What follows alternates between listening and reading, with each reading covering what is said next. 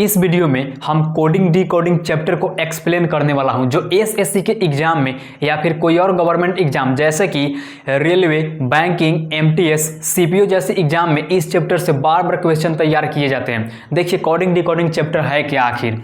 देखिए coding decoding chapter जो है वो 4 टाइप से क्वेश्चन तैयार होते हैं, 4 टाइप से क्वेश्चन बनते हैं और इसी 4 टाइप के आधार पर आपको सोल्व करना होता है। देखिए पहला कंडीशन क्या है कि पहला टाइप जो है वो अक्षर कोडिंग यानी कि लेटर से संबंधित है, यानी कि ए से लेकर के जेड तक जितने भी लेटर है उन सभी से रिलेटेड क्वेश्चन बनते हैं, उसको हम बोलते हैं अक्षर कोडिंग। दूसरा है संख्या कोडिंग, नंबर कोडिंग, नंबर से रिलेटेड यानी कि 1 2 3 4 5 7 से बनने वाली क्वेश्चन को संख्या कोडिंग से रिलेटेड क्वेश्चन कहते हैं।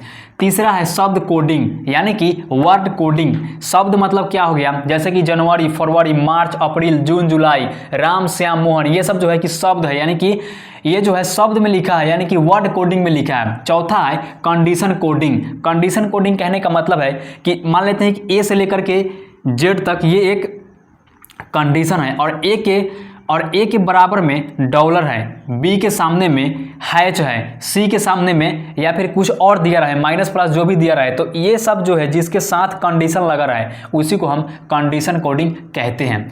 अब देखिए कोडिंग डिकोडिंग चैप्टर में कोडिंग डिकोडिंग के क्वेश्चन, सारे क्वेश्चन को सोल्व करने के लिए सबसे पहले हम इस थ्योरी को समझना पड़ेगा।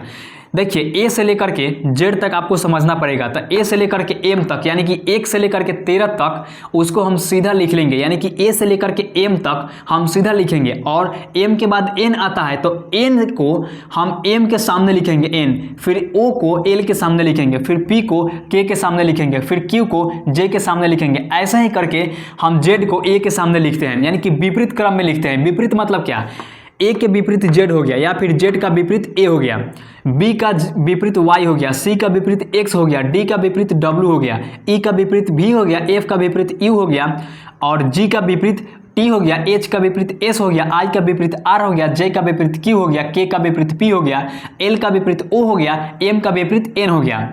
इसी क्रम में हम कोडिंग डिकोडिंग चैप्टर के सारे क्वेश्चन को हम सोल्व करेंगे। देखिए कोडिंग डिकोडिंग का पहला क्वेश्चन क्या है, अक्षर से रिलेटेड। हम चलते हैं पहले क्वेश्चन की ओर जो कि है अक्षर कोडिंग से रिलेटेड। देखिए अक्षर कोडिंग से पहला क्वेश्चन है कि एक कूट भाषा में क्वेश्चन को OPJUTFVR के रूप में लिखा गया है, उसी भाषा में फैक्टर को किस प्रकार लिखा जाएगा। तो देखिए क्वेश्चन बराबर हम OPJUTFVR कर दिए हैं। तो देखिए ये क्वेश्चन बराबर OPJUTFVR कैसे आया, तो देखिएगा क्यू के बाद क्या आता है, क्यू के बाद आर आता है, यू के बाद क्या आता है, यू के बाद भी, ई के बाद एफ आता है, ई के बाद एफ, उसी तरीके से एस के बाद क्या आता है, एस के बाद टी आता है, एस के बाद टी और टी के बाद क्या आता है यू, आई के बाद क्या आता है, आई के बाद जे आता है, ओ के बाद क्या आता है, ओ के बाद पी, एन के बाद क्या आता है, एन के बाद ओ आता है, एन के बाद ओ आता है, एन के बाद ओ आता है। तो देखिएगा यहाँ पर क्वेश्चन बराबर OPJUTFVR कर दिया है, तो यहाँ पर हम अगर हम सीधा करके लिखे हैं तो RVFTUJPO, अगर इसको उल्टा करेंगे तो OPJUTVR TFVR, चूंकि यहाँ पर उल्टा करने पर इतना आ रहा है तो इसी को हम सीधा करके लिखे हैं और इसी को उल्टा करने पर OPJUTFVR आया है, तो इसको हम OPJUTFVR के रूप में लिखे हैं। अब चलते हैं फैक्टर को लेकर, अब चलते हैं फैक्टर FACTOR फैक्टर।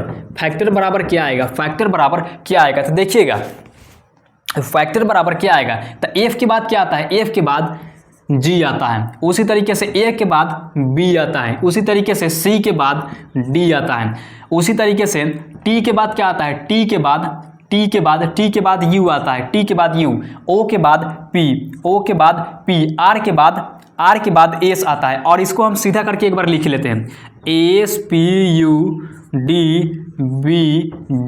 और फैक्टर का जो है आंसर आएगा ASPUDBG।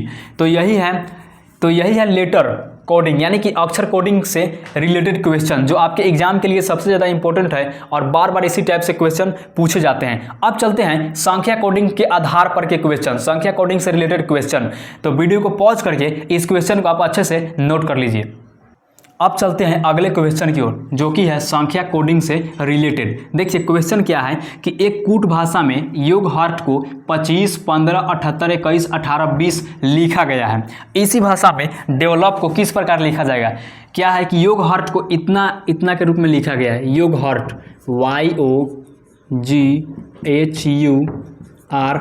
योग हर्ट को 25, तब 25, 15, 78, 21, 18 और 20 के रूप में लिखा गया है।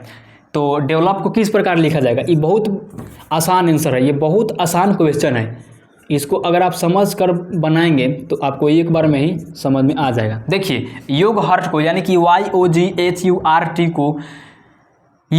को 25, 15, 78, 21, 18, 20 के रूप में लिखा गया है। तो डेवलप को किस प्रकार लिखा जाएगा? देखिए ये जो क्वेश्चन है योग हर्ट को ये नंबर वाइज कर दिया है, यानी कि इसके अक्षरों के स्थानीय मान को यहाँ पर लिख दिया है। कहने का मतलब है कि एक होता है, B 2 होता है, C तीसरे नंबर पर है, D चौथे नंबर पर है, E पाँचवें नंबर पर है, F छठे नंबर पर है, G सातवें नंबर पर है, H आठवें नंबर पर है, I नौवें नंबर पर है, J 10वें नंबर पर है, K 11 नंबर पर है, L 12 नंबर पर है, M 13 नंबर पर है। उसी तरीके से N 14 नंबर पर है, O 15 नंबर पर है, P 16 नंबर पर है, Q 17 नंबर पर है, R 18 नंबर पर है, S 19 नंबर पर है, T 20 नंबर पर है, U 21 नंबर पर है, V 22 नंबर पर है, W 23 नंबर पर है, X 24 नंबर पर है और Y 25 नंबर पर है और Z 26 नंबर पर है। तो देखिए Y कितने नंबर पर है? Y 25 नंबर पर है तो यहाँ पर 25 दिया है। O कितने नंबर पर है? O जो है 15 नंबर पर है तो वो 15 दिया है। G कितने नंबर पर है? G 7 नंबर पर है तो यहाँ पर 7 दिया है। H कितने नंबर पर है? H 8 नंबर पर है तो यहाँ पर 8 दिया है। U कितने नंबर पर है? U 21 नंबर पर है तो यहाँ 21 दिया है। R कितने नंबर पर है? R 18 नंबर पर है, 18 दिया है।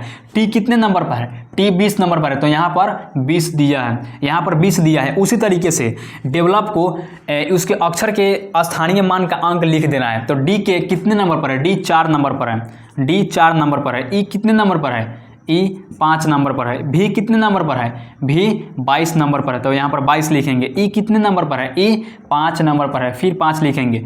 L कितने नंबर पर है?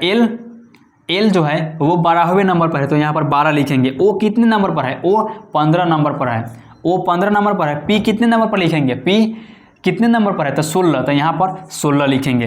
तो इस क्वेश्चन का आंसर सिर्फ यही है। कितना सिंपल है, कितना इजी है। तो आप लोग इसे भारी मत समझिए, एकदम समझ कर चलिए, आपको एक बार में ही समझ में आ जाएगा।